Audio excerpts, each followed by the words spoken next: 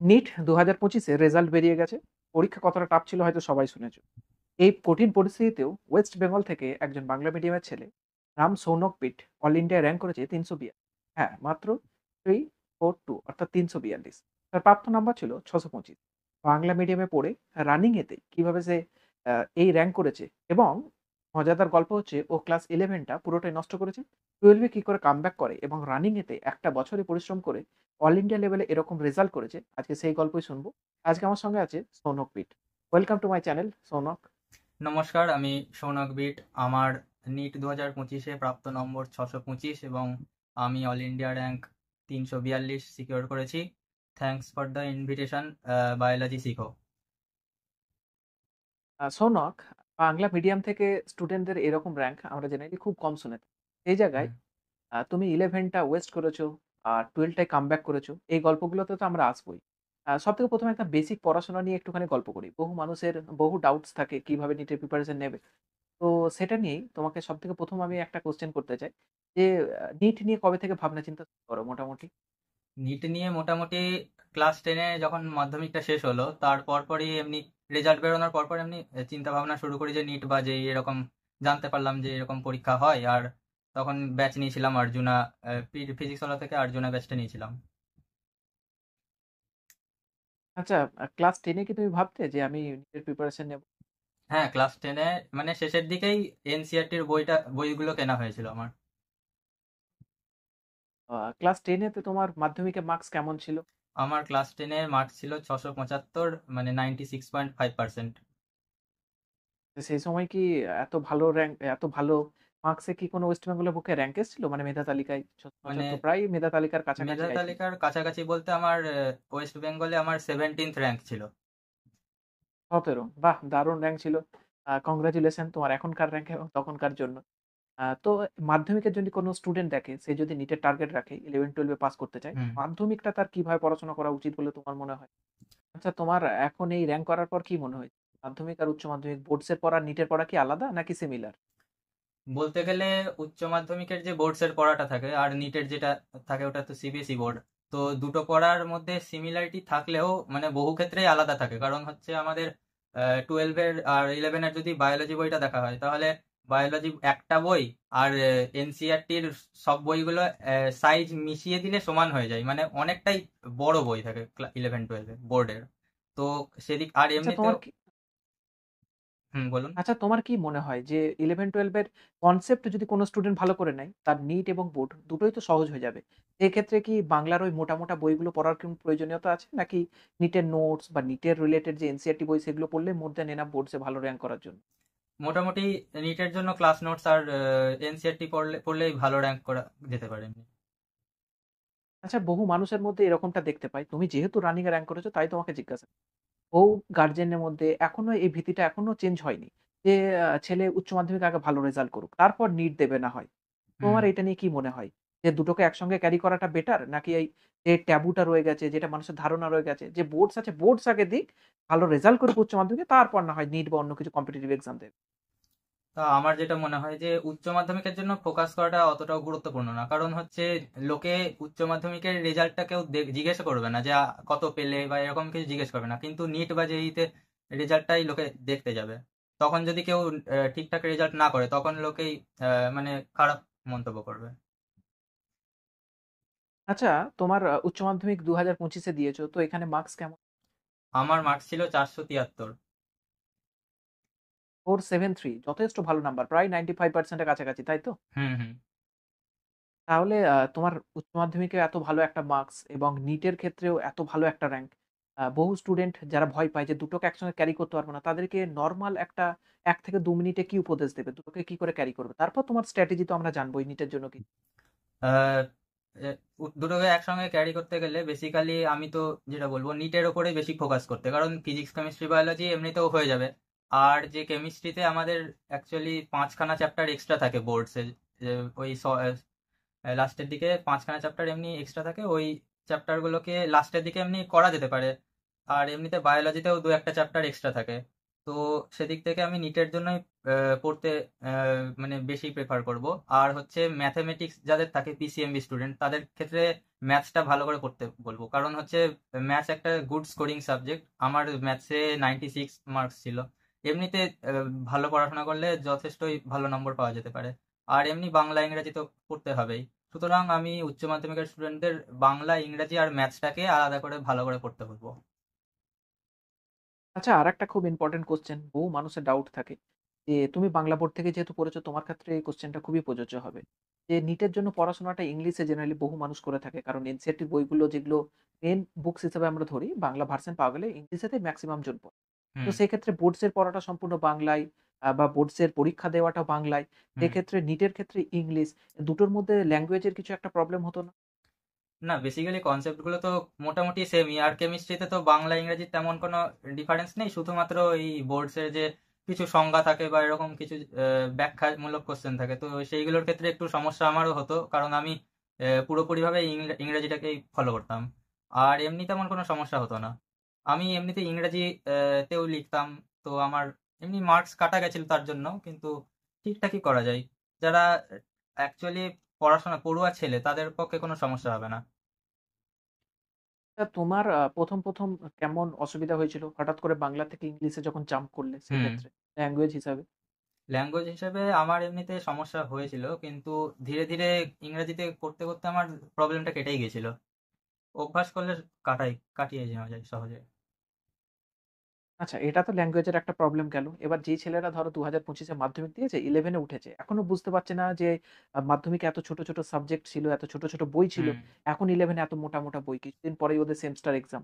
হুম তাদেরকে কি বলবে? এখনো কিভাবে তারা এগিয়ে চলতে পারে? যেহেতু তোমার ক্লাস 11 টা নষ্ট গিয়েছিল, সেটা কি করে ওভারকাম করেছিলে সেই গল্পে আমরা আসবো। তার আগে একটু ছোট, ছোট আমরা এই ডাউট গুলোকে ক্লিয়ার করে নিতে। তাদেরকে কিভাবে বলবে? যাদের এই ৩-৪ মাসে এখনো বুঝতে পারছে না যে মাধ্যমিকের ওই আবহাওয়াটা এখনো ছাড়তে পারছে না, 11 এর এই মোটা, মোটা বই, এত হুম কনসেপ্ট বুঝতে পারছে না। তাদেরকে কি বলবে? এখন কিভাবে পড়বে? 11-এর যে মোটা মোটা বই, এগুলো বেসিক্যালি আমাদের যে ওয়েস্ট বেঙ্গল বোর্ডে, এই ওয়েস্ট বেঙ্গল বোর্ডে যেটুকুনি রেলেভেন্ট তার থেকেও বেশি এক্সট্রা কিছু দেওয়া থাকে। সুতরাং বইগুলোকে ওরা হচ্ছে এমনি এমনি মোটা করে দেয়, কিন্তু আপনি যদি এনসিআরটির বই দেখেন, সেটা যথেষ্টই পাতলা হয়। আর এমনি ক্লাস 10-এর যেরকম মাধ্যমিকের যে বইগুলো থাকে, ওরকম মোটামুটি সাইজেরই থাকে বইগুলো এনসিআরটি। সুতরাং এমন বড় কিছু ওটাকে ভাবার কোনো জায়গা নেই।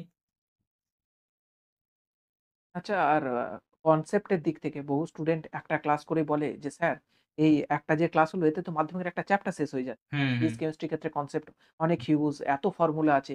সেগুলোকে কি করে ১ম থেকে ছোট, ছোট ধাপে ডাইজেস্ট করবে বাংলা বোর্ডের স্টুডেন্ট? বেসিক্যালি ভালো করে রিভিশন করতে হবে, আর শর্ট নোটসে ওই ফর্মুলাগুলো লিখে লিখে মাল্টিপল টাইমস হচ্ছে প্র্যাকটিস, হাতে ব্ল্যাঙ্ক পেজ নিয়ে সেগুলোকে লিখে লিখে প্র্যাকটিস করতে হবে, তাহলে এই ফর্মুলা খুব সহজেই মুখস্থ করা যায়। আচ্ছা। এবার আসি তোমার নিট জার্নিতে। এতক্ষণ পর্যন্ত নরমাল আমরা বহু মানুষের যেগুলো ডাউট থাকে সেগুলো নিয়ে কোয়েশ্চেন করলাম। এরপর আসি তোমার নিট জার্নি। কিভাবে তুমি হুম ক্লাস 11 এবং 12 পড়াশোনা করেছো? 11 টা পুরোপুরি তুমি বলছিলে গেম খেলে নষ্ট করেছো। 12 এ কামব্যাক করেছো। তো 11 এর সময়কালটা কিভাবে কাটিয়েছিলে?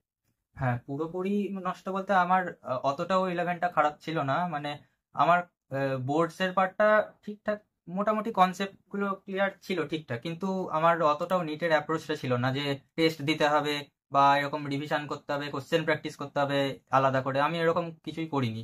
আর প্রথম আমি জানতে পেরেছিলাম ফিজিক্স ওয়ালার অর্জুনা ব্যাচ সম্পর্কে। আর কিন্তু আমি তখন জানতাম না যে রেকর্ডেড ক্লাস বলেও কিছু হয়, তখন আমি অ্যাপটা অতটাও ঘাঁটিনি, যার জন্য আমার সমস্যা হয়েছিল। তাই আমি, আর এমনিতে আমার অফলাইন যে টিউশনগুলো ছিল, আমার পার সাবজেক্ট মোটামুটি দুখানা করে টিউশন ছিল। তো ওই টিউশনে আমি যেতাম, দিয়ে টাইম আমার অনেকটাই খেয়ে নিত। আর স্কুল থাকতো, স্কুলে আমাদের সপ্তাহে 3 দিন করে স্কুল যেতে হতো প্র্যাকটিক্যালের জন্য। আর এমনি এরকম ধীরে ধীরে ব্যাকলগ ক্রিয়েট হতে থাকলো। তো ব্যাকলগ ক্রিয়েট হতে থাকলো, আর এমনি আমি আলাদা, এরকম বহু ছেলেরই সমস্যা থাকে যে বেশি বেশি বাইরের বই পড়ি, যে বায়োলজিতে একটু ভালো প্র্যাকটিস করি, একটু ভালো হচ্ছে বই পড়ি, একটু নামি লেখকের বই পড়ি, এরকম করে তারা হচ্ছে সময়গুলো নষ্ট করে দেয়। তো আমিও এরকম করেছিলাম যে আমার অনেক কটা বায়োলজির বই কিনেছিলাম, সেগুলো আমি পড়ে পড়ে টাইম নষ্ট করতাম। আর তারপরে যে গরমকাল ছিল, জুন মাস, জুলাই মাস, আগস্ট, সেপ্টেম্বর, এই টাইমটা আমি গান করে, ছবি এঁকে, গেম খেলে, যেমন বললেন আপনি, ওরকম করে নষ্ট করে দিয়েছিলাম। আমার সেখানে খুবই সমস্যা হয়েছিল। কিন্তু আমার যে বোর্ডসের জন্য ওই প্রমাণ করা ব্যাখ্যামূলক কোশ্চেন ওইগুলো মোটামুটি আমি করতেই পারতাম। আর তার উপরে আমি তো এমনি ক্লাসের আমি এমনি টপার ছিলাম, তো ওই জন্য আমার জন্য টাইম ম্যানেজমেন্ট করাটা অতটাও কঠিন ছিল না। তো আমি যখন ক্লাসের পরীক্ষাগুলো হতো, স্কুলের অ্যানুয়াল একটা এক্সাম ছিল নভেম্বরে টেস্ট, তো ওই টেস্টের জন্য আমি ভালো করে 1 মাস ধরে কেটে একটু বোর্ডের জন্য পড়ে নিয়েছিলাম। তো সেখানে আমার 450-র কাছাকাছি নম্বর হয়েছিল। কিন্তু তখনও আমার নিটের সম্পর্কে ওই জ্ঞান চক্ষুটা খুলেছিল না, যার জন্য আমার ডিসেম্বর জানুয়ারি এই মাসগুলো আমার নষ্ট হয়ে গেছিল। কিন্তু ধীরে ধীরে আমি বুঝতে পারলাম যে এরকম করলে হবে না, এরকম করলে আমি নিট নিট দিতে পারবো না, নিটে আমি ভালো স্কোর করতে পারবো না। তো তখন একটা স্ট্রাইক করলো, আমি ভাবলাম যে না, এবার কামব্যাক করতেই হবে। তো আমি ফেব্রুয়ারি মার্চ এই মাসগুলোতে আমি ব্যাকলগগুলো ক্লিয়ার করা শুরু করলাম। কিন্তু আমার তখনও সমস্যা ছিল, আমি নোটস বানাইনি ঠিক করে। তো আমার তখন নোটস বানাইনি কিন্তু রিভিশন করতাম। সুতরাং একটা প্রোজ থাকলো, একটা কনস ছিল। এরপরে ধীরে ধীরে এপ্রিল মাস চলে আসলো, আমাদের লাক্স ব্যাচ ফিজিক্স ওয়ালার, যেটা ক্লাস 12-এর ব্যাচ, সেটা শুরু হয়ে গেল। আমাদের সুধাংশু স্যার বলে একজন আছেন, ফিজিক্যাল কেমিস্ট্রি পড়াতেন। তো তিনি বলেছিলেন যে শুরুতে যে কনসিস্টেন্সি একটা মেনটেন যদি করি শেষ পর্যন্ত, শুরুর এক্সাইটমেন্টটা যদি আমি একদম শেষ পর্যন্ত টেনে নিয়ে যেতে পারি, তবেই সিলেকশন নেওয়া যাবে। তো আমি ভেবেছিলাম যে কনসিস্টেন্সি মেনটেন করা তো খুব কঠিন কাজ হবে। এমনিতেও বহু ছেলের থাকে যে distraction, Instagram reels reels scroll করে যাচ্ছে, ইউটিউব শর্টস দেখে যাচ্ছে বা গেম খেলে যাচ্ছে। তো সেখানে আমি অ্যাপ ব্লক বলে একটা অ্যাপ হয়, প্লে স্টোরে পাওয়া যায় ফ্রিতে। তো ওইখানে ওই অ্যাপটা আমি ইনস্টল করেছিলাম। তো ওই অ্যাপটাতে একদম প্লে স্টোর পর্যন্ত খোলা যাবে না ওই অ্যাপটা যদি ঠিক মতন এফেক্টিভ ভাবে কাজ করা যায়। তো ওই অ্যাপটা খুব ইউজফুল, আমি সাজেস্ট করব তাদের ডাউনলোড করতে। তো এমনি ডিস্ট্রাকশন আমার তখন থেকে ক্লিয়ার হতে শুরু করেছিল। আর তারপরে আচ্ছা, তার মানে তার মানে তুমি বলতে চাইছো যে সমস্ত স্টুডেন্টদের মোবাইলের সঙ্গে বিভিন্ন ধরনের হুম, ডিস্ট্রাকশনের জায়গা থাকে। ইনস্টাগ্রাম ইউজ করা, ফেসবুক, ইউটিউব বা হোয়াটসঅ্যাপ, হুম, বিভিন্ন জায়গাতেই এখন ডিস্ট্রাকশন থাকে। তো এগুলোকে একটা স্টুডেন্টের কাটিয়ে ওঠার জন্য তুমি যে পন্থাটা অবলম্বন করে, যেটা তুমি এইমাত্র বললে, সেটা মেনে চললে মোটামুটি এক প্রকার একটা স্টুডেন্টের সিলেকশনের কিছুটা পার্সেন্ট হলেও হুম, বেড়ে যায় চান্স, তাই তো? হুম, হুম, ঠিক আছে। এরপর তুমি তোমার বাকি যেটা ওটাকে হুম। এরপরে জুলাই মাসে আমাদের 7 তারিখে অ্যালেনের আমি একটা টেস্ট সিরিজ নিয়েছিলাম অফলাইনের। তো আমি অ্যালেনের টেস্ট সিরিজে ফোকাস করেছিলাম এই জন্য, কারণ ওখানে 11+12টা ছিল। তো 11-এর চ্যাপ্টারগুলো প্রথম থেকে ছিল। তো আমি ফোর্টনাইটলি টেস্ট টেস্ট প্ল্যানার বানাতাম, মানে 14 দিন অন্তর টেস্টগুলো হতো, সেই জন্য প্ল্যানার বানাতাম। এবারে বহু ছেলে ভাববে যে ডেলি রুটিন ডেলি রুটিন, কিন্তু অ্যাকচুয়ালি ব্যাপারটা হচ্ছে শারীরিক অসুস্থতা বা বিভিন্ন কারণে ডেলি রুটিন খারাপ হয়ে যেতে পারে। ডেলি রুটিন কেউ কনসিস্টেন্টলি মেনটেন করতে পারবে না। তো সেই কারণে আমি প্ল্যানার সাজেস্ট করব।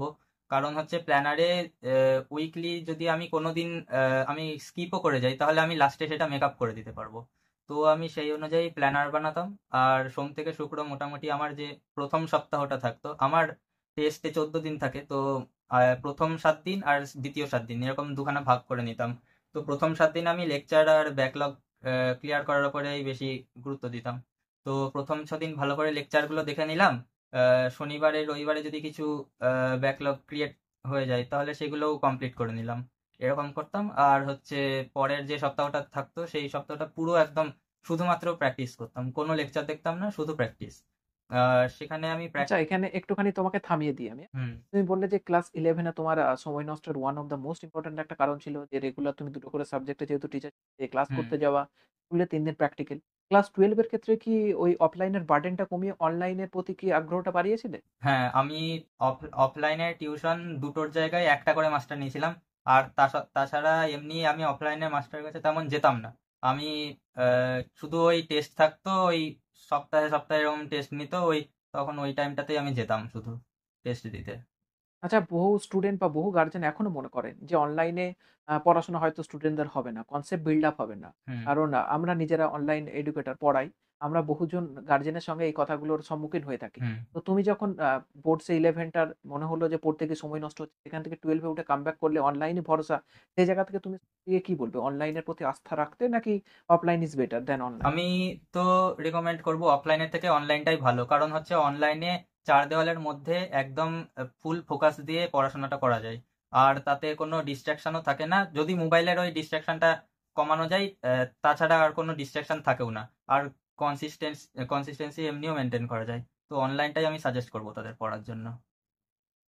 যে সমস্ত স্টুডেন্টরা ভাবে যে সিলেবাস শেষ করার জন্য ২টো ৩টে অফলাইনে টিচার লাগবে, সেক্ষেত্রে সময় নষ্ট হওয়ার তো একটা জায়গা থাকে। হুম। কারণ আমি নিজেই আমার চোখের সামনে বহু ছোট ভাই-বোন বা স্টুডেন্টদের দেখেছি, সারাদিন এদিকে পড়তে ওদিকে পড়তে গিয়ে নিজে আর সেলফ স্টাডি করার টাইম পাচ্ছে না। হুম। সেক্ষেত্রে সেলফ স্টাডি না হলে তো যেকোনো জায়গাতেই রেজাল্ট খারাপ হবে। সেটা বোর্ডস হোক বা কম্পিটিটিভ এক্সাম। হুম। সেক্ষেত্রে তুমি কি বলবে? ২টো ৩টে টিচারের প্রয়োজন কি আছে? যেখানে সেলফ স্টাডি আমি টাইম সে যেটা পাচ্ছে না? বলবো যে একটা টিচার ধরে তাকে হচ্ছে ব্লাইন্ডলি পুরো সেশন জুড়ে ফলো করে দিয়েছে। কারণ হচ্ছে 2-3টে মাস্টার হলে যে অনেকের ধারণা থাকতে পারে যে ভালো, আমি যদি বিভিন্ন মাস্টারের কাছে পড়ি তাহলে বিভিন্ন পার্সপেক্টিভ থেকে আমি সাবজেক্টটা বুঝতে পারবো। কিন্তু সেই ধারণাটা একদমই ভুল, কারণ ফ্রিকোয়েন্সি ম্যাচ করানো বলে একটা জিনিস থাকে।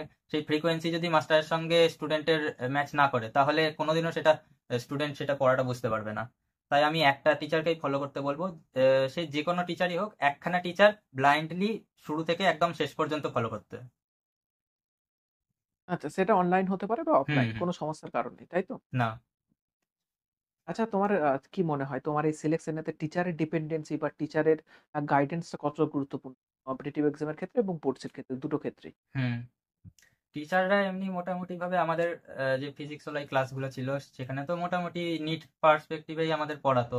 আর তাছাড়া এমনি বোর্ডসের জন্য ওদের তো সিবিএসই বোর্ড, তো ওই জন্য সিবিএসইর ওই সামান্য ওই প্রমাণ টমানগুলো করাতো। তো ওই ওখান থেকে আমাদের ওয়েস্ট বেঙ্গল বোর্ডেও প্রমাণগুলো করা যেত এমনি। আচ্ছা, এক্ষেত্রে তুমি যখন ইংলিশ পড়াশোনা করতে তখন কি ক্লাস হয়ে গেলে তোমার বাংলা বইটাও একটু উল্টিয়ে দেখতে? যাতে না, না। শব্দগুলো বাংলারও আমার পরিচিত হয়?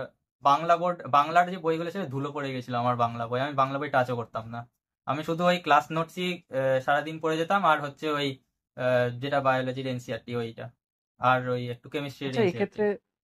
এক্ষেত্রে তুমি যখন বাংলা বোর্ডসের আমাদের বড় কোশ্চেন তোমাদের পর্যন্ত ছিল, হুম। এখন তো সেমেস্টার 1 এবং সেমেস্টার 2 তে ভাগ হয়ে গেছে হুম। বা সেমেস্টার 3, সেমেস্টার 4। এক্ষেত্রে একটা এমসিকিউ, একটা বোর্ডস। আমরা এই বিষয়টা নিয়ে একটু পরে আসবো। কিন্তু তুমি যখন বড় কোশ্চেন গুলো লিখতে, তখন বাংলার ওই যে ফ্লুয়েন্সিটা লেখার, যেটা তুমি মাধ্যমিক পর্যন্ত হয়তো পেয়েছিলে, ওটা হুম। এখানে যেহেতু ইংলিশের সঙ্গে একটা মিক্স আপ হয়ে গেছিল, কোনো সমস্যা কি হয়েছিল? হ্যাঁ, আমার এমনি সমস্যা হয়েছিল, কারণ আমি তো পড়েছি ইংরেজিতে আর আমাকে লিখতে হবে বাংলায়। তো আমার লিখতে লিখতে বহু সেন্টেন্স ইংরেজিতেও হয়ে যেত, এরকম আমাকে মাস্টাররা বকাবকিও করতো অফলাইনে, যে এরকম ইংরেজিতে লিখছিস কেন, তোর টেস্টে নম্বর কমে যাবে। তা আমি স্কুলেও লিখেছিলাম, যখন পরীক্ষা হয়েছিল অ্যানুয়ালে, যে ইংরেজিতে সেন্টেন্স লিখে দিয়েছিলাম। তো আমার নম্বর কিন্তু কাটা যায়নি তাতে, খুব সামান্যই নম্বর কেটে যায়, 2-1 নম্বর কাটলেও কাটতে পারে, কিন্তু আমার তেমন নম্বর কাটা যায়নি ইংরেজিতে লেখার জন্য। তথ্য যদি ঠিক থাকে সেক্ষেত্রে যেটা নির্দেশিকা থাকে, সে তথ্য যদি ঠিক থাকে কোন ল্যাঙ্গুয়েজে লিখবে এটা খুব একটা বেশি ম্যাটার করে না। আমার যতটুকু জানা আছে মানে সায়েন্সের ক্ষেত্রে।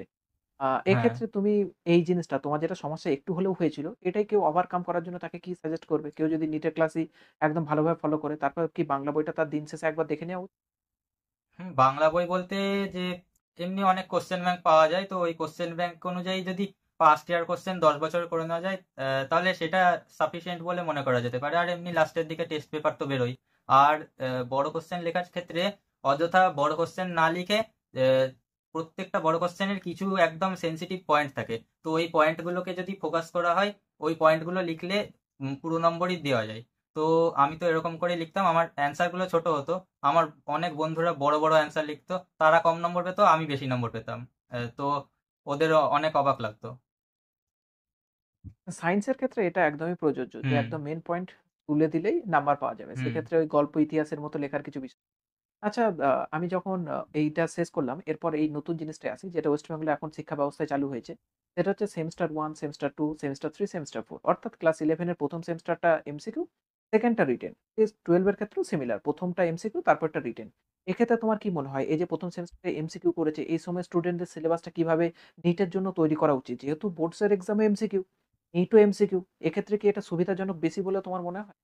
হ্যাঁ, খানিকটা তো সুবিধা থাকবেই, কিন্তু যে আমাদের শিক্ষা ব্যবস্থা যেটা করে দিয়েছে সেমিস্টার প্রথা, যে এমসিকিউ, এবার দেখুন বাংলা বোর্ডের ছেলেপেলেরা এমন যে একজন যদি ঘরে একটা এমসিকিউ ঠিক করে তাহলে পুরো ঘরটাই, পুরো হলে একদম সাপ্লাই হয়ে যাবে, যে সবাই তো সেদিক থেকে একটা সমস্যা এটা, যে এমসিকিউ করাটা, সেদিক থেকে বড় কোশ্চেন করাটা আগের আগের সিস্টেমটাই ঠিকই ছিল বলে মনে করি। আচ্ছা, নাম্বার প্রথা নয়। আমি পড়াশোনার স্ট্র্যাটেজির কথা বলছি। একটা ছেলে যদি সিরিয়াস হয়, আগে কি হতো যেমন তোমার কথাই বলছি। হুম। তুমি আগে নিটের জন্য এমসিকিউ প্র্যাকটিস করতে, আবার বোর্ডস এর জন্য বড় কোয়েশ্চেন লেখা প্র্যাকটিস করতে। দুটো সেপারেট জিনিস, একটু হলেও সমস্যা হতো। এখন স্টুডেন্টদের এমসিকিউ প্র্যাকটিস যেটা নিটের জন্য করবে সেটাও বোর্ডস এর জন্য কাজে লেগে যাবে। আমি এই জিনিসটার উপর বলতে চাই। আচ্ছা, যে আচ্ছা। স্টুডেন্ট সিরিয়াস তার জন্য। সেদিক থেকে তো এমনি কাজে লাগতেই পারে নিটের জিনিসটাও বোর্ডে এমনি দেখা যাচ্ছে যে ও এরকম করে এমসিকিউ, তো সেটা তো সুবিধাই একদিক থেকে। তাহলে এই ১ম সেমেস্টারটা তো নিট এবং বোর্ডসটাকে মিলিয়ে পড়লেও ঠিক আছে। হুম। এরপরের যে সেমেস্টারটা যেখানে রিটেন লিখতে হয়, সেই জায়গাটা মানে ওই ট্র্যাডিশনাল মতেই আবার ফিরে যাও। যে নিটের জন্য হুম। এমসিকিউ প্র্যাকটিস আর বোর্ডসের জন্য লম্বা হচ্ছে লেখা অ্যান্সার। তো সেই ক্ষেত্রে ওরা যে 4th সেমেস্টার বা ক্লাস 11 এর 2nd সেমেস্টার সেই জায়গাটায় কি করে পড়াশোনা করবে? মানে তুমি কি করে পড়াশোনা করেছিলে একটু যদি বলো? আমাদের তো মানে সেমিস্টার ছিল না, তো আমাদের তো সমস্যা হয়নি। আমরা একদম সিলেবাস কমপ্লিট করে গিয়ে পরীক্ষা দিয়েছি। এবারে সেমিস্টার করার ফলে যে সমস্যাটা হয়েছে যে সিলেবাস কমপ্লিট হচ্ছে না। কারণ অফলাইন কোচিং বা অনলাইন কোচিং গুলোতে যেরকম অনুযায়ী সিলেবাসটা করছে, সেই অনুযায়ী সিলেবাসটা সেমিস্টারে ওরা করতে পারছে না। তো সেখানে সেমিস্টারে সমস্যা হয়ে যাচ্ছে বোর্ডের স্টুডেন্টদের। মানে একটা স্টুডেন্ট যদি পড়তে চায়, নিটের ক্ষেত্রে পড়ুক বা বোর্ডসের ক্ষেত্রে সিলেবাসটা কমপ্লিট করুক, তারপর সে ইন্ডিভিজুয়াল যেটা যা এক্সাম দেবে সেটাই যাবে। হুম। এরপর সৌনক আবার ওই জায়গাতে ফিরে যাই। সেটা হচ্ছে তোমার ক্লাস 11 টা ওয়েস্ট গেল। কোন একটা ছেলে 11 টাকে কি করে কাজে লাগাতে পারে বেটার ওয়েতে যাতে নিট খুব ভালো করে রেজাল্ট করতে পারে বা তোমার যেমন আকাঙ্ক্ষিত র‍্যাংক ছিল সেরকমই একটা র‍্যাংক পেতে পারে? আমি তো সাজেস্ট করব যে ইলেভেনে যেন একদম ফাঁকি না মেরে কমপ্লিটলি ক্লাসগুলোকে ব্লাইন্ডলি ফলো করে একদম উইকলি বা ফোর্টনাইটলি টেস্টগুলো ঠিকমতো দিয়ে তারপরে টেস্ট অ্যানালাইসিস করে শর্ট নোটস বানিয়ে একদম প্রপার যেমন টুয়েলভে পড়তে হয় নিটের জন্য সেরকম যাতে ইলেভেনে পড়ে। কারণ হচ্ছে টুয়েলভে গিয়ে বহু ছেলেরই এই সমস্যাটা থাকে যে ইলেভেন ওয়েস্টেড ক্লাসের সেখানে শেষে কমেন্টে গিয়েও তারা বলে যে ইলেভেন ওয়েস্টেড হয়ে গেছে। তো ইলেভেনে যথেষ্ট গুরুত্ব দিয়েই পড়া উচিত। আচ্ছা, কারো যদি 11 টা নষ্ট হয়ে যায়, মানে তোমার যেমন বলছিলে যে এক হুম। প্রকার যতটা পড়াশোনার কথা ছিল ততটা হয়নি। সেক্ষেত্রে 12 এ গিয়ে স্ট্র্যাটেজিটা কি হওয়া উচিত? যদিও 12 প্রায় ৪-৫ মাস হয়ে গেছে তাও। এই টুয়েলভের কয়েক স্ট্র্যাটেজিটা, মাস যে বাকি আছে এখানে কি করে সে কামব্যাক করতে পারে? হ্যাঁ টুয়েলভের স্ট্র্যাটেজিটা বলতে গেলে একটি অফলাইন টেস্ট সিরিজ একটা যদি নেয় কেউ, আর তাতে দেখতে হবে যে 11+12টা কভার হচ্ছে কিনা। প্রথম থেকে যদি ইলেভেনের চ্যাপ্টারগুলো ইনক্লুডেড থাকে টেস্ট সিরিজে, তাহলে সেটা একদম খুবই মানে একদম উপযুক্ত থাকবে। তাতে একটা টেস্টের প্রেশার থাকবে, তো ওই প্রেশারে সিলেবাসটা তাড়াতাড়ি কমপ্লিটও করা যাবে। আমার তো এরকম ভাবেই কমপ্লিট হয়েছিল টেস্টের প্রেশারে। এবার একটা একদম পুরোপুরি স্ট্র্যাটেজির ভিডিওর মতো একটাই আছে। সেটা হচ্ছে তুমি ব্যাকলগ কি করে ক্লিয়ার করলে? তোমার যা কিছু ব্যাকলগ ছিল। হুম। কিভাবে একটা স্ট্র্যাটেজি মানুষ বানাতে পারে ব্যাকলগ ক্লিয়ার? যেকোনো 11 এর স্টুডেন্ট নষ্ট করে 12 এ পড়ছে এখন, সেই 11 কি করে কভার করবে? অথবা 12 এ কেউ পড়ছে, বিগত ৩-৪ মাস তার নষ্ট গেছে। সে কি করে কভার করবে? বা 11 এ কেউ পড়ছে, তার ৩-৪ মাস নষ্ট করেছে, সে কি করে ব্যাকলগ ক্লিয়ার করবে? মানে ব্যাকলগ ক্লিয়ার করার একটা যদি একটু স্ট্র্যাটেজি বলে দাও। আচ্ছা, যারা টুয়েলভে পড়ে এখন এখন যারা টুয়েলভে পড়ছে, তারা যদি ইলেভেনে ব্যাকলগ ক্রিয়েট করে থাকে, তাহলে তাদের পক্ষে আমি যেটা বলবো যে টুয়েলভের ক্লাসগুলো যেন কামাই না করে। টুয়েলভের ক্লাসগুলো যেন সবগুলো অ্যাটেন্ড করে, এবং তারপরে যদি সময় থাকে সময় বের করে ইলেভেনের ক্লাসগুলো যেন করে। কারণ যদি টুয়েলভের ক্লাস তারা ভাবলো যে টুয়েলভটা পরে করে নেবো, আগে ইলেভেনটা করে নিই, তো এরকম করলে টুয়েলভটাও খারাপ হবে, ইলেভেনটাও খারাপ হবে। তো এরকম ভাবে আমি সাজেস্ট করবো যে 12 এর সঙ্গে 11টা ব্যাকলগ ক্লিয়ার করাটা। আচ্ছা, তুমি এই যে বললে যে যেন পুরো আচ্ছা, তোমার কনসিস্টেন্সি রাজ কি ছিল? তুমি ১ বছরে এত ভালো র‍্যাংক করার জন্য পরিশ্রম করলে। এক্ষেত্রে তোমার মোটিভেশন কি ছিল? কনসিস্টেন্সির মেইন রাজ কি ছিল? যেগুলো স্টুডেন্টরা কাজে লাগাতে পারবে যাদের কনসিস্টেন্সি এরকম নেই? এবার আমার কনসিস্টেন্সি বলতে আমার একটা খুবই মজাদার একটা স্টোরি আছে। আমি একটা স্টেটাস ছিল, আমি ওই স্টেটাসটা প্রত্যেকদিন ডে 1 ডে 2 যবে থেকে নিট পড়া শুরু করেছি প্রপারলি, সেদিন থেকে আমি একটা স্টেটাস ডে 1 ডে 2 ডে 3 এরকম করে দিতে থাকতাম। তো ওখানে আমি লিখতাম যে আজকে এতগুলো এমসিকিউ করলাম, এত পড়াশোনা করলাম, এত। তো ওরকম করে করতাম। তো এটা ফানি একটা স্ট্র্যাটেজি ছিল আমার, কিন্তু আমাকে এটা কনসিস্টেন্সি মেনটেন করতে খুবই সাহায্য করেছিল। আচ্ছা, WhatsApp স্ট্যাটাস, তাই হ্যাঁ, তো? হ্যাঁ। আচ্ছা, সেক্ষেত্রে তোমার স্ট্যাটাস কি তোমার টিচার, বন্ধু যারা তোমার পরিচিত কেউ বড় সবাই দেখতো? না, আমার সিলেক্টেড কয়েকজন বন্ধুই দেখতো শুধু। আচ্ছা, তো তাদের মধ্যে তোমার সম্পর্ক কেমন ছিল? তারা কি মোটিভেশন এর উৎস ছিল? নাকি ক্রিটিসিজম যেমন বহু লোক করে, "এই কি সব স্ট্যাটাস দিচ্ছিস? এগুলো আবার বলার কি আছে?" মানে এই ধরনের নেগেটিভ কিছু না পজিটিভ ইমপ্যাক্ট পেতে? কোনো মানে পজিটিভ ইম্প্যাক্ট ছিল, আমার অনেক বন্ধুরাও সাপোর্ট করতো আমাকে ওরকম, আচ্ছা, নেগেটিভ তার মানে পাইনি। তোমার এই যে জিনিসটা ছিল নিজের মোটিভেশন ধরে রাখার জন্য প্রতিদিন কি হুম। করছি পড়াশোনা রিলেটেড স্ট্র্যাটেজি দেওয়া। হুম। আ তো এটা কি তোমার কোনো জুনিয়রকে তুমি সাজেস্ট করবে যে তোমরাও এরকম করতে পারো যারা ড্রপার বা নিট দিতে চলেছে রানিং এই। তাদের মধ্যে মোটিভেশন ধরে রাখার জন্য কি এটা one of the most important একটা তুমি বলতে পারো যে তোমার মোটিভেশন ধরে রাখার জন্য স্ট্র্যাটেজি হতে পারে? হুম, এরকম চাইলে কেউ করতেই পারে, স্ট্যাটাস দিয়ে দিয়ে এমনি ডায়েরি বানাতে পারে, যে ডায়েরিতে লিখে রাখলাম আজকে এই করলাম ওই করলাম। কিন্তু তার থেকে বড় ব্যাপার আগে নিজের পড়াটাই ঠিক করতে হবে। একদমই ঠিক। আমিও যখন প্রিপারেশন কালে আমারও ঘটনা মনে পড়ে যাচ্ছে। প্রায় ৫-৬ বছর হয়ে গেল। তো তখন আমি ওই ডায়েরিতে লিখে রাখতাম যে আজকে আমি কি পড়েছি, কতক্ষণ পড়েছি। দিন শেষে যেদিন কোনদিন খুব ডিমোটিভেটিং লাগতো, সেদিন ওই ডায়েরিটা খুলে দেখতাম যে আজকে ১০ ঘন্টা, 12 ঘন্টা, ১৪ ঘন্টা পড়েছি কোনো দিন। তো সেগুলোই মোটিভেশন আনতো যে আজকে আমার কি ব্যাপার ২ ঘন্টা ৩ ঘন্টাতে থেমে গেলে কি করে হবে? সেক্ষেত্রে পড়াশোনার একটা মোটিভেশন এর কিন্তু সোর্স পাওয়া যায় যদি ডায়েরিতে লিখে রাখা যায়। আচ্ছা বহু স্টুডেন্ট বর্তমানে তো এই কালচার চালু হয়ে গেছে। নিটের প্রিপারেশন নিতে YouTube চ্যানেল। যে প্রতিদিন কি পড়ছি, না পড়ছি, বিভিন্ন ধরনের প্রমোশন এগুলো করছে এবং দিন শেষে দেখা যায় তারা সিলেকশন হচ্ছে না। তো হুম। এই ক্ষেত্রে যদি কোন স্টুডেন্ট ভাবে যে আমি নিটের একটা চ্যানেল এখনই খুলে নিয়ে বসে থাকি, তাদেরকে কি সাজেশন দেবে? তাদেরকে তো আমি বলবো যে এই জিনিসগুলো একদমই করা উচিত না, কারণ বহু ছেলে পেলে এরকম থাকে যে আজকে এই করছি ওই করছি এরকম। অনেক ছেলেকে আমি ইউটিউবে শর্টস দেখতে দেখতে দেখেছি যে লাইভে লাইভে রেখে দিয়েছে চালু করে, যে আমি এই যে পড়ছি দেখুন আমি পড়ছি, এরকম করে লাইভ করছে। তো এই জিনিসগুলো একদমই করা উচিত না, কারণ এতে আমার মনটা বেসিক্যালি ইউটিউবের দিকেই চলে যাবে, যে আমাকে আমাকে কতজন দেখছে, আমার কতগুলো লাইকস হচ্ছে, কমেন্ট হচ্ছে, এই দিকে ফোকাসটা চলে যাবে। আমি সেদিক থেকে এই জিনিসগুলো না করতেই রেকমেন্ড করব। আর তাছাড়া এমনি ইউটিউবটা যদি যতটা ব্লক করে রাখা যায়, ইউটিউব ইনস্টা যতটাই ব্লক করে রেখে দেওয়া যায়, ততটাই হচ্ছে মানে ভালো সেটা। তার মানে তুমি একদম সোশ্যাল মিডিয়া থেকে ডিটক্স ছিলে। সোশ্যাল মিডিয়া থেকে যত দূরে থাকা যায়। এক্ষেত্রে তোমার উপদেশ জুনিয়রদের জন্য বা যারা নিট দেবে তাদের জন্য এটাই যে নিট রিলেটেড তুমি ইউটিউবে কিছু দেখলে ঠিক আছে, কিন্তু চ্যানেল ক্রিয়েট করে সময় নষ্ট করো না। তাই তো? হুম। হুম। একদম। আমি কিন্তু বহু স্টুডেন্টকে দেখেছি এই ধরনের কালচার আমরা যখন নিটের প্রিপারেশন নিয়েছি তখন ইউটিউব এত ফেমাসও ছিল না। এখন দেখতে পাই বহু স্টুডেন্ট প্রিপারেশন নিতে ইউটিউব চ্যানেল। আর আমি সত্যি কথা বলতে গেলে একটাও চ্যানেল এখন পর্যন্ত ওরকম খুঁজে পাই না, যারা নিটের ওরকম ব্লগ বানাতো অথচ তাদের সিলেকশন হয়েছে। তুমি কি পেয়েছো কোনোদিন কাউকে দেখতে এরকম? না, না। যে তুমি ওই ফিজিক্স ওয়ালা যখন মিটে গেলে, গিয়ে এমন কাউকে পেলে যে অলরেডি ইউটিউব এর মধ্যে ফেমাস অথচ সে নিটে সিলেকশন পেয়েছে তোমাদের মতোই মঞ্চে দাঁড়িয়ে আছে?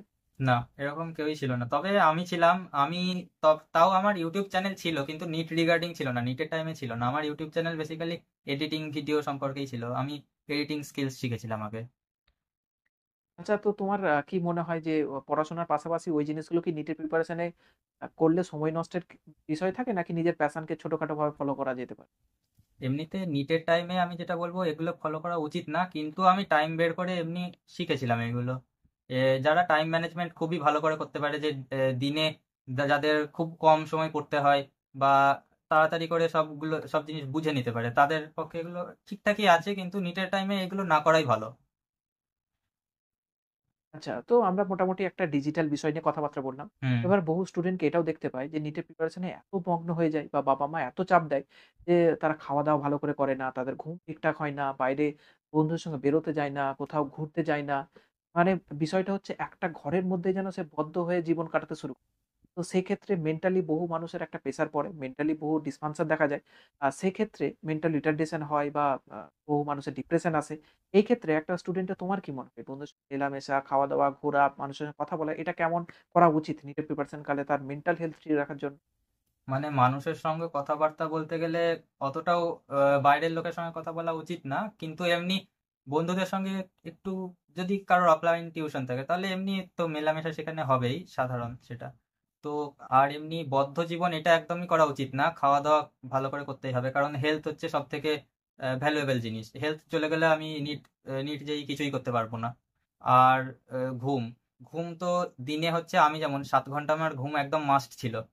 অনেকে বিশ্বাস করেন যে আমি এতক্ষণ ঘুমাতাম, 7-8 ঘন্টা আমি ঘুমাতাম, কিন্তু আমি 7 ঘন্টা ঘুমাতামই মিনিমাম। কারণ যত বেশি ঘুমাবো তত হচ্ছে মাথা একদম ঠান্ডা থাকে, আর কনসেপ্ট গুলো ক্ল্যারিটি বাড়ে, কনসেপ্ট গ্রিপে থাকতে সুবিধা হয় একদম। একদমই। আচ্ছা তুমি এই প্রিপারেশন কালে বহু মানুষ থাকে যারা নেগেটিভ কথাবার্তা বলে। হুম। পরিবারের লোক হোক, বাইরের।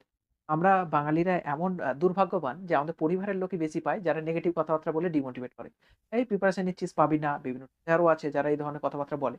তো তোমার কি সাজেশন থাকবে? এই সমস্ত মানুষের মুখ লাগা নাকি তাদেরকে যতটা পারা যায় এভয়েড করা? এটা তো সাধারণ ব্যাপার যে এই জাতীয় মানুষদের কথায় কান না দিয়ে নিজের গোলের প্রতি ফোকাস করে আর সেটা যাতে ভালো করে আমি অ্যাচিভ করতে পারি সেই দিকে লক্ষ্য রাখা। আচ্ছা, তোমার প্রিপারেশন কালে তোমার বাবা-মার সাপোর্ট কেমন ছিল তোমার প্রিপারেশনে? মোটামুটি ভালোই ছিল আমার সাপোর্ট। আমার ফাইন্যান্সিয়ালি কোনো প্রবলেম হয়নি, আর এমনিতে পড়াশোনা রিগার্ডিং কোনো প্রবলেমও ছিল না। আর এমনি আমার বাবা আমাকে অঙ্ক করাতো, ওই জন্য হচ্ছে আমার অঙ্ক সাবজেক্টটাও ভালোই ছিল। তোমার বাবা-মা টিচার, তাই তো? না না, ইঞ্জিনিয়ার বাবা। আচ্ছা, ইঞ্জিনিয়ারের বংশ থেকে তাহলে ডাক্তার হতে যাচ্ছে ভবিষ্যতে। হুম। কংগ্রাচুলেশন। আচ্ছা, একটা ছোট করে একটা কোয়েশ্চেন করি। সেটা হচ্ছে তোমার মোটামুটি ডেইলি রুটিন কেমন ছিল? সকালে ঘুম থেকে কখন উঠতে, তারপরে কি, কি কাজ করতে, কতক্ষণ কোন জিনিসটা টাইম দিতে এবং রাত্রে কখন ঘুমাতে? কারণ বহু মানুষ ডেইলি রুটিন মানতে না পারলেও একটা জানতে চায় যে টপারদের ডেইলি রুটিনটা আসলে কেমন? তারা দিনটাকে কেমনভাবে কাজে লাগায়? এখন তুমি টপার, তো তোমার ডেইলি রুটিনটা কেমন ছিল? সেটাই বহু স্টুডেন্টের জানার থাকে, যেটা আমারও জানার ইচ্ছা। তো তুমি যদি এটাকে একটুখানি গুছিয়ে বলো, সকাল থেকে উঠে কোনটায় কেমন টাইম দিতে? আমাদের বাড়িটা এমন জায়গায় যে সারাদিন হচ্ছে মানে চেঁচামেচি হই হুল্লোড় হয় চারিদিকে বাড়ি থেকে। আর এমনি বাড়িতে এমনি কুকুর আছে, যার জন্য সকালের দিকটাই পুরোটাই হচ্ছে ওই কুকুরের আওয়াজে হচ্ছে একদম কনসেন্ট্রেট করা যায় না, যার জন্য আমি রাতের বেলা পড়াটাই প্রেফার করতাম। আর এমনিতে আমি ছোট থেকে রাতের রাতের বেলাতেই পড়ি। তো আমার 2024-এ আর 2025-এ একটু টাইম টাইম টেবিলটা একটু ডিস্টার্ব ছিল, যে 2024-এ আমি রাত 1টা 2টো পর্যন্ত পড়তাম বা 2টো 3টে এরকম হতো। কিন্তু 2025-এ একদম অদ্ভুত টাইপের টাইম রুটিন ছিল আমার, ডেলি রুটিনটা, যে আমি একদম 5টা 6টা পর্যন্ত পড়ে দিতাম বা টেস্ট দিতাম, দিয়ে আমি সকালবেলা গিয়ে ঘুমাতাম, দুপুরবেলা গিয়ে বা বিকেলবেলা গিয়ে উঠতাম, এরকম ছিল। আচ্ছা, তারপরে তুমি ধরো বিকাল বেলার দিকে উঠলে, তারপরে রুটিনটা কি রাত পর্যন্ত? তারপর থেকে মানে বিকেল বেলা থেকে রাত পর্যন্ত বলতে গেলে রিভিশন করতাম। আর এমনি 2025-এর কথা যেটা বলছি, যে বিকেলের দিকটা আমি একটু পড়ে নিতাম, আর রাতের দিকে এমনি টেস্ট দিয়ে দিতাম। তখন 2025-এ আমি প্রত্যেক দিনই একটা করে টেস্ট দেওয়ার একটা মানে গোল রেখেছিলাম। তো মোটামুটি পড়াশোনা আর আচ্ছা, বহু স্টুডেন্ট একটা কোশ্চেন থাকে যে প্রত্যেক সাবজেক্টে কতক্ষণ করে নিটের জন্য টাইম দেবো? তো তুমি ফিজিক্স, কেমিস্ট্রি, বায়োলজি প্রত্যেকদিন কি পড়াশোনা করতে? আর যদি পড়াশোনা করতে তো কতক্ষণ করে কোন সাবজেক্ট পড়তে?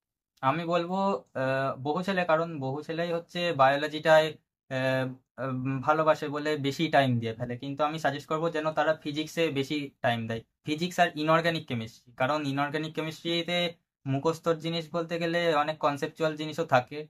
আর ফিজিক্স তো অনেকটাই মানে বড় সিলেবাস, 30খানা চ্যাপ্টার থাকে ফিজিক্সে মোটামুটি, আর প্রচুর ফর্মুলা আর প্রচুর কনসেপ্ট। তো ফিজিক্সটাতে আমি গুরুত্ব দিতে বলবো তাদেরকে। বহু স্টুডেন্টের এই নিট 2025-এর কোশ্চেন থেকে ভয় লেগেছে। বহুজন হুম। ওখানেই এতটা হতাশ হয়ে গেছে যে তাদের সিলেক্ট হবার থাকলেও হয়ে ওঠেনি। এক্ষেত্রে যদি কোনোদিন নিটের যদি ফিজিক্স, কেমিস্ট্রি, বায়োলজি যেকোনো সাবজেক্টে যদি কঠিন কোশ্চেন আসে, তাহলে কিভাবে ট্যাকেল করা উচিত? বা তুমি কি করে নিট 2025-এ ট্যাকেল করে? আমি 2025-এর নিটে যেটা দেখলাম যে ফিজিক্সের কোশ্চেনে প্রথম 10-15টা কোশ্চেন করার পর থেকে আমি বুঝতে পারলাম যে কোশ্চেনটা যথেষ্টই হার্ড এসেছে। আমি এবার সাধারণত আমি প্রত্যেকটা টেস্ট আমার একটা গোল ছিল যে 2 ঘন্টার মধ্যে শেষ করবোই। তো আমি প্রত্যেক টেস্ট 2 ঘন্টার অলমোস্ট 2 ঘন্টাতে আমি শেষ করতামও। আর তার জন্য আমার নিট 2025-এ একটুখানি সাহায্য হয়েও ছিল, যে এত বড় বড় কোশ্চেন ট্যাকেল করা। কিন্তু আমার একটু সমস্যা ছিল, কারণ আমি ফিজিক্সের কোশ্চেন থেকে একটু প্যানিক করে গেছিলাম, যার জন্য আমার লাস্টের দিকে আমার একটু টাইম চলে গেছিল। তো ফিজিক্সে আমার একটু কম নম্বর হয়েছিল তুলনামূলকভাবে বাকি বন্ধুদের থেকে, 125 হয়েছিল। কিন্তু আহ, আমাদের যখন পরীক্ষাটা শুরু হলো 20 মিনিট পরে আমি বুঝতে পারলাম, সরি 20টা কোশ্চেন করার পরে আমি বুঝতে পারলাম কোশ্চেন কঠিন এসেছে। তখনই আমি সঙ্গে সঙ্গে শিফট করে গেলাম বায়োলজিতে আর তারপরে কেমিস্ট্রিতে। না হলে আমি বুঝতে পেরেছিলাম যে টাইম প্রচুর চলে যাবে, লাস্টে আমি বায়োলজি ভালো জানলেও আমি শেষ করতে পারবো না। তো আচ্ছা, তুমি যে এই ক্ষেত্রে বললে যে আমি যখন প্র্যাকটিস করতাম ২ ঘন্টায় দিতাম। হুম। তো মোটামুটি ১ম থেকেই যখন মক টেস্ট ২ ঘন্টার মধ্যে চলে না না, কতগুলো মোটামুটি মক টেস্ট দেবার পরে ২ ঘন্টা সময়তে তোমার টাইমিংটা এসে দাঁড়ায়? আমি কতগুলো মক টেস্ট টোটাল নিট 2025 এর জন্য দিয়েছিলে? আমি মক টেস্ট টোটাল দিয়েছিলাম 139 খানা, আর আমার দেওয়ালেও সেটা প্রত্যেকটা মানে পরীক্ষার হচ্ছে আমার নম্বর একদম লেখা আছে।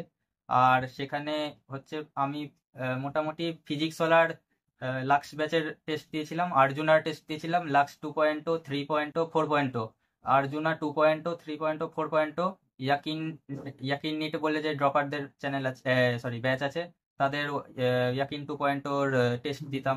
আর তাছাড়া আমাদের এমআর স্যার একটা স্পেশাল ব্যাচ লঞ্চ করেছিল, মানে র্যাঙ্কার্স ব্যাচ বলে, ইয়াকিন প্লাস। তো ওইখান থেকে 27টা টেস্ট দিয়েছিলাম আমি। আর পারাক টেস্ট সিরিজ বলে আমার একটা টেস্ট সিরিজ ছিল, তো ওখান থেকে পিওয়াইকিউ এর জাম্বেল করে, মানে হচ্ছে পাস্ট 10 বছরের কোশ্চেন, পিওয়াইকিউ এর কোশ্চেন জাম্বেল করে হচ্ছে দিয়ে দিয়েছিল, তো ওই টেস্ট সিরিজটা আমি ফলো করতাম।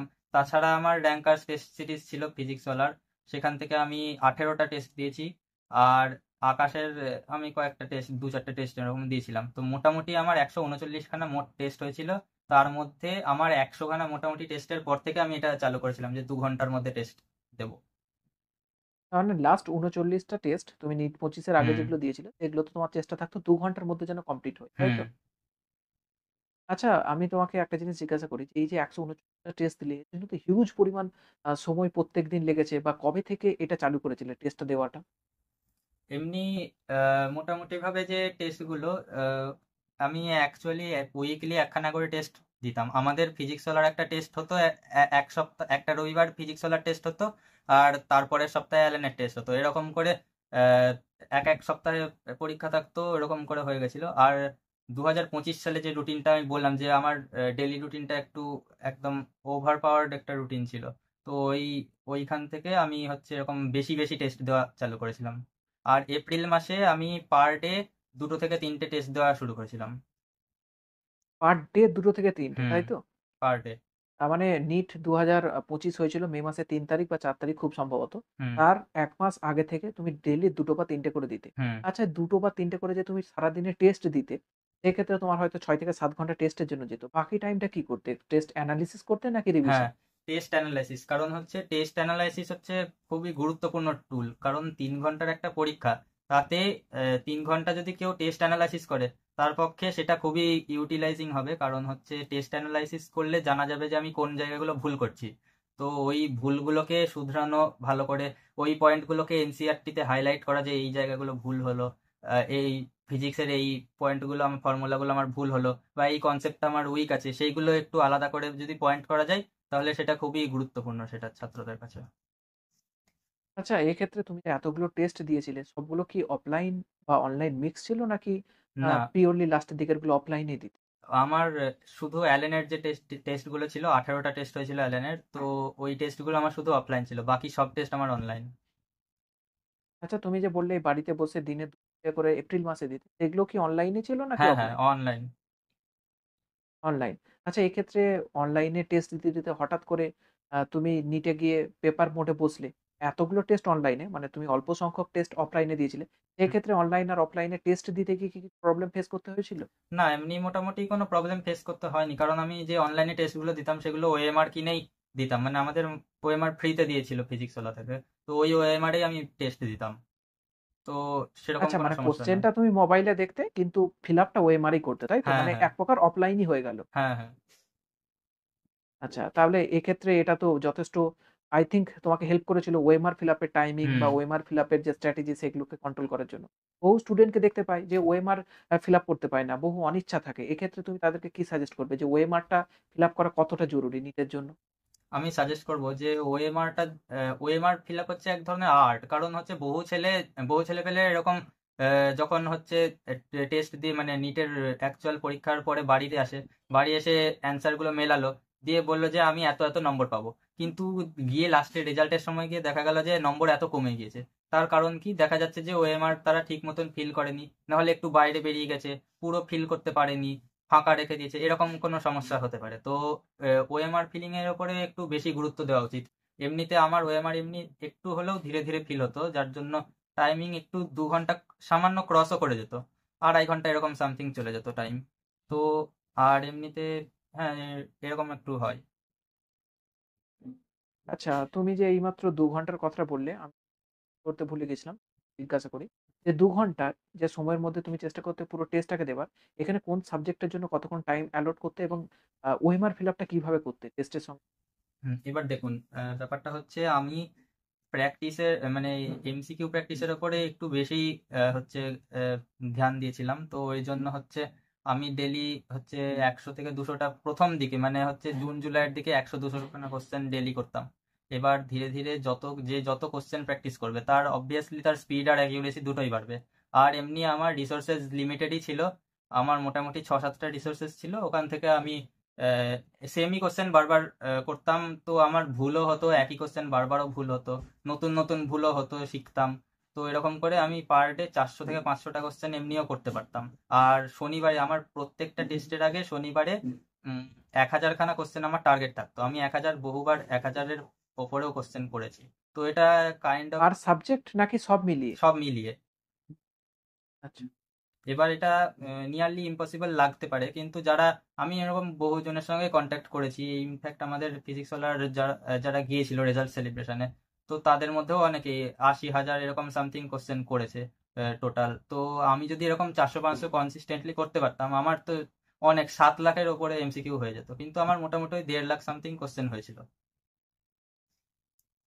আচ্ছা, 1.5 লাখ সামথিং মানে তো তোমার প্রচুরটা বইও নিশ্চয়ই প্র্যাকটিস করেছো হুম। নাকি শুধুমাত্র যেখানে তুমি কোচিং ফলো করতে তার স্টাডি মেটেরিয়াল গুলোকেই ফলো করেছো?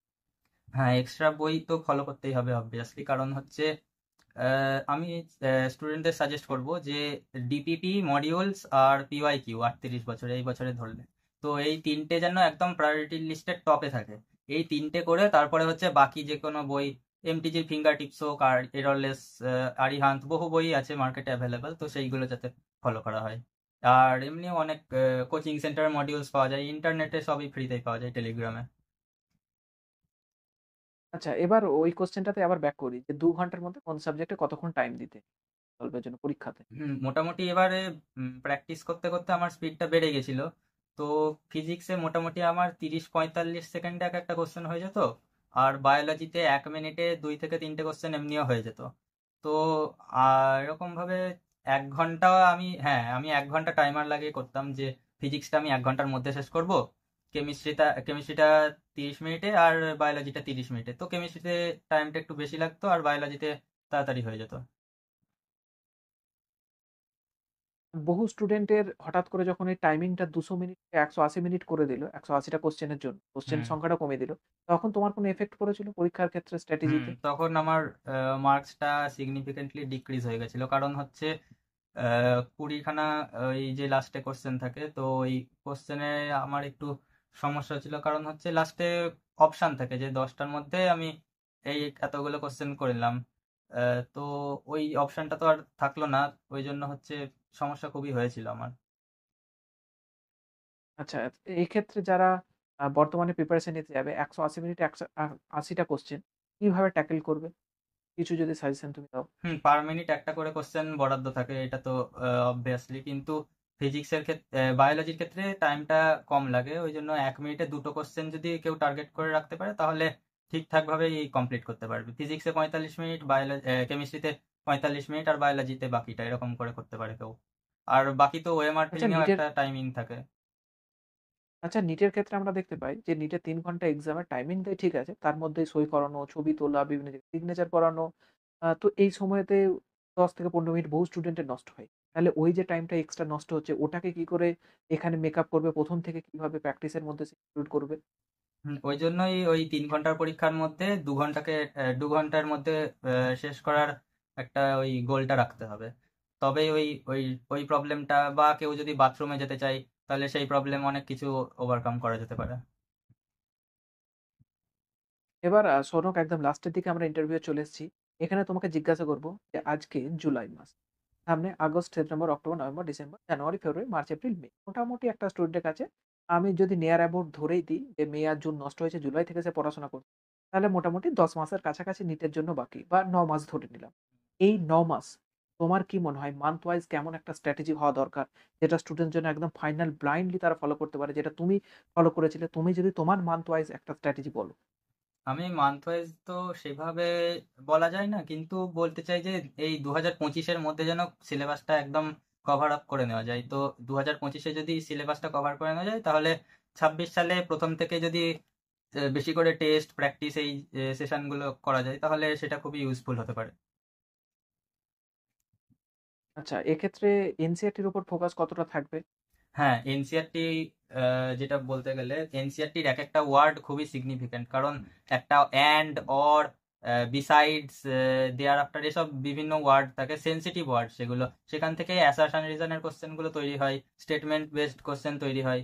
তো এক একটা ওয়ার্ডের ওপর ফোকাস করতে হবে। আর এনসিইআরটি মোটামুটিভাবে মিনিমাম 20 বার যদি কেউ পড়ে, তাহলে তার পক্ষে সবকিছু গ্রিপে চলে আসতে পারে এমনিতে। আচ্ছা, শেষ পর্যন্ত বিভিন্ন জনকে বিভিন্নভাবে শুনি যে আমার এনসিইআরটি 2 দিনে কমপ্লিট হুম। করে নিট পরীক্ষা দিতে গেছি। ইভেন আমিও নিজেও করেছিলাম 2 দিন বা 3 দিনের মধ্যে। এক্ষেত্রে একটা চ্যাপ্টার একটা স্টুডেন্ট কতক্ষণ টাইম একটা টার্গেট রেখে পড়বে? যে ১ম বার আমি যখন এনসিইআরটি হুম। চ্যাপ্টার পড়ছি, আমার পড়তে এতক্ষণ টাইম লাগলো। 2nd বার, ৩য় বার, ৪র্থ বার, ৫ম বার যখন ওই চ্যাপ্টারটাই পড়বে, মোটামুটি কত টাইমের মধ্যে তার কমপ্লিট করতেই হবে? টার্গেট কতটা থাকা উচিত? এবারে বায়োলজির ক্ষেত্রে যেটা এনসিইআরটিতে পার চ্যাপ্টারে আমার যেমন থাকতো, আমি একখানা চ্যাপ্টার 1 ঘন্টার মধ্যে শেষ করতেই হবে। এবারে চ্যাপ্টারটা ছোট হোক বা বড় হোক, 1 ঘন্টা আমার টার্গেট থাকতোই। তুমি এরকম কোনদিন করেছো যে আজকে সারাদিন এনসিইআরটি বইটাকে আমি পুরো রিভিশন করতে পারছি কিনা দেখি, না, পরীক্ষার আগে এই এরকম কি করতে? এরকম জিনিসগুলো করা উচিত না, কারণ হচ্ছে একটা দিনে সব সাবজেক্টকেই সমানভাবে গুরুত্ব দিতে হয়। শুধু এনসিইআরটি আমি যদি সারাদিন শেষ করে ফেলার চেষ্টা করি, হ্যাঁ আমি এরকম 11-এ করতাম যে আমি আজকে পুরো বায়োলজিটা পড়বো, ওই রকম টাইমও নষ্ট হয়েছে আমার ওরকম পুরো। তো এই এই জিনিসগুলো করা উচিত না, কারণ হচ্ছে সব সাবজেক্টই গুরুত্বপূর্ণ, তো ওই জন্য ফিজিক্স কেমিস্ট্রিকেও যথেষ্ট গুরুত্ব দিতে হবে। আচ্ছা, এবার একদম লাস্টের একটা কোয়েশ্চেন তোমাকে জিজ্ঞাসা যে গোটা বছর মোটিভেশন ধরে রাখার জন্য বিভিন্ন গল্প করলাম, কিভাবে ব্যাকলগ ক্লিয়ার করবে সেগুলো করলাম, কি করে ডিস্ট্রাকশন কে কাটিয়ে উঠবে, বিভিন্ন ধরনের গল্প সবকিছুই করেছি। এবার একদম মেন কথা, নিট পরীক্ষা যখন এগিয়ে আসে মনে একটা প্যালপিটেশন, এর কাজের প্রতি কনফিডেন্সটা হারাতে থাকে। এই মুহূর্তে একদম লাস্টের দিকে স্টুডেন্টরা কিভাবে নিজের কনফিডেন্স ধরে রেখে নিজের প্রিপারেশনের উপর ভরসা রেখে নিট পরীক্ষা দিতে যাওয়া উচিত? মিড পরীক্ষার আগে যদি, মানে লাস্টের দিকে যে এপ্রিল মাসে যদি কেউ প্রচুর টেস্ট দিতে পারে, টেস্টের ফ্রিকোয়েন্সিটা বাড়াতে পারে, তাহলে তার মধ্যে কনফিডেন্সটা এমনি চলে আসবে। এবারে টেস্টে বহু ছেলে থাকে যে যারা প্রথম দিকে 450 নম্বর করে পাচ্ছে, এরকম 500 পাচ্ছে।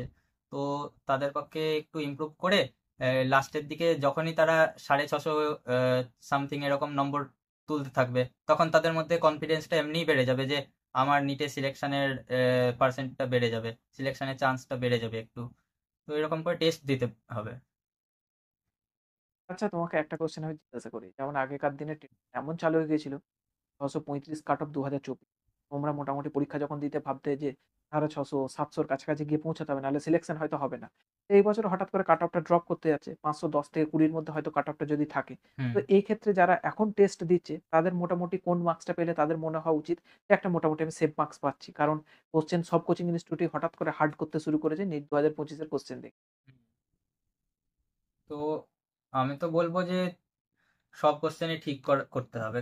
এরকম তো বলা যায় না যে 2026-এ কোশ্চেন সোজা হবে কি কঠিন হবে। তো সব লেভেলের কোশ্চেন প্র্যাকটিস করতে হবে। আমি সেদিক থেকে সাজেস্ট করব যে কেউ যদি হার্ড কোশ্চেন করতে যায়, খুবই হার্ড কোশ্চেন করতে চাই, তাহলে সেটা একদমই করা উচিত হবে না। মিক্স মিক্স করেই করতে হবে। যেমন আমি এমনি এক্সাম্পলের জন্য বলছি যে ফিজিক্স ওয়ালার কোশ্চেন সোজা হয় খুব, আকাশের কোশ্চেন নিট রেলিভেন্ট হয়, অ্যালেনের কোশ্চেন একটু টাফ হয়, যে এরকম সাধারণ ছেলেপেলে করলে ডিপ্রেশনে চলে যেতে পারে, এরকম টাইপের কোশ্চেন হয়। তো এই ডিফিকাল্টি লেভেল মাথায় রেখে কেউ যদি 3টে ইনস্টিটিউটের যদি মিক্স করেও কোশ্চেন করে, তাহলে তার পক্ষে সেটা ভালোই হবে। তার মানে তুমি সাজেস্ট করবে যে তুমি যদি অনলাইনে শুধু পিডব্লিউ তে পড়ো, ওটার উপর ব্লাইন্ডলি টেস্ট সিরিজ গুলো না করে বাকি টেস্ট সিরিজ গুলোকেও যেন একটুখানি চোখ দেয় যাতে তার নিটেতে হেল্প হয়, তাই হ্যাঁ, তো? টেস্ট সিরিজ বলতে গেলে ইনফ্যাক্ট কোনো এমনি আমাদের যারা ফিজিক্স ওয়ালার টিচার, তারাও বলতেন যে শুধু ফিজিক্স ওয়ালার না দিয়ে বাকি অন্যান্য কোম্পানি, অন্যান্য ইনস্টিটিউটেরও যেন টেস্ট সিরিজ আমরা দিই। মিনিমাম যেন দুখানা ইনস্টিটিউটের টেস্ট সিরিজ আমরা দিই, তাহলে সেটা ভালো হয়। আমার তো এমনিতে 3খানা টেস্ট সিরিজ ছিল। আচ্ছা, তার সঙ্গে তুমি প্রচুর টেস্টও দিয়েছো। হুম। রৌনক, অনেকক্ষণ তোমার সঙ্গে কথা হলো, বিভিন্ন জিনিসপত্র নিয়ে কথা হলো। হুম। খুবই ভালো লাগলো। এবার একটাই যারা দর্শক দেখছো, অডিয়েন্স দেখছো, যারা নিট অ্যাসপিরেন্ট দেখছো তাদের কাছে অনুরোধ যে চ্যানেলটার নিচেতে অবশ্যই কমেন্ট করে যাবে যে এই পডকাস্টটা কেমন লাগলো, কোন জিনিসটা তোমার সবথেকে বেশি ভালো লেগেছে, কোন স্ট্র্যাটেজিটার উপর ছোট করে যদি কাট করে তোমাদের দিই তোমাদের বেশি আরো বুঝতে সুবিধা হবে, বা সৌনকের কাছে যদি আরো কোনো কোশ্চেন থাকে অবশ্যই তোমরা কোশ্চেন করবে। সৌনকের এখন পর্যন্ত কোনো ইউটিউব চ্যানেল নেই, ও যদি কোনোদিন চিন্তা ভাবনা করে তখন ডিসক্রিপশন বক্সে তোমরা চেক করে একবার দেখবে, সেখানে কিন্তু আমরা লিঙ্ক দিয়ে দেবো। তো ধন্যবাদ সৌনক তোমাকে এত কিছু তথ্য শেয়ার করার জন্য সবার সঙ্গে। হুম, থ্যাঙ্কস।